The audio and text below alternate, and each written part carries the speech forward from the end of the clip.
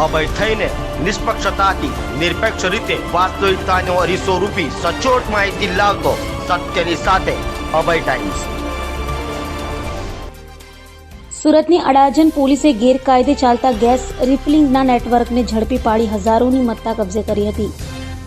સુરતમાં ગેરકાયદે ગેસ રિફિલિંગનો ધીકતો ધંધો થઈ રહ્યો છે। જોકે પુરવઠા વિભાગની નજરોમાં આ ગેરકાયદે ચાલતો ગેસ રિફિલિંગનો નેટવર્ક પડતો નથી, ત્યારે પોલીસ હવે આવા ગેરકાયદે ચાલતા ગેસ રિફિલિંગના નેટવર્કને ઝડપી પાડી રહી છે। તો અડાજણ પોલીસે ગેરકાયદેસર ગેસ રિફિલિંગ નેટવર્ક ઝડપી પાડ્યું હતું। પાસ પરમિટ વગર ગેસ રિફિલિંગ કરતા આરોપી દેમારામ બુધારામ ચૌધરીની પાલનપુર કેનાલ રોડથી ધરપકડ કરી હતી।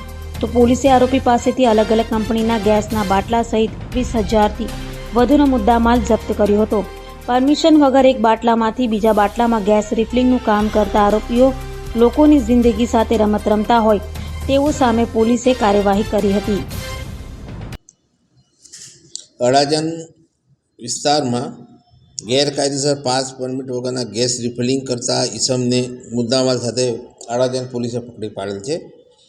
એનામાં પોલીસને બાતમી મળેલ હતી કે એલપી સવાની રોડ ઉપર પાલનપુર રોડની બાજુમાં કેટલાક જો ધંધો કરે છે ગેસના બાટલાનો ને એની અંદર અલગ અલગ કંપનીના 11 જેટલા બાટલાઓ પકડી પાડેલ છે, જેની અંદર આરોપી તરીકે દેવરામભાઈ બુધાભાઈ ચૌધરી છે, જે મારવાડી છે અને મૂળ રાજસ્થાનના રહેવાસી છે અને અહીંયા વીર સાવરકર ઉગત કેનાલ પાસે રહે છે।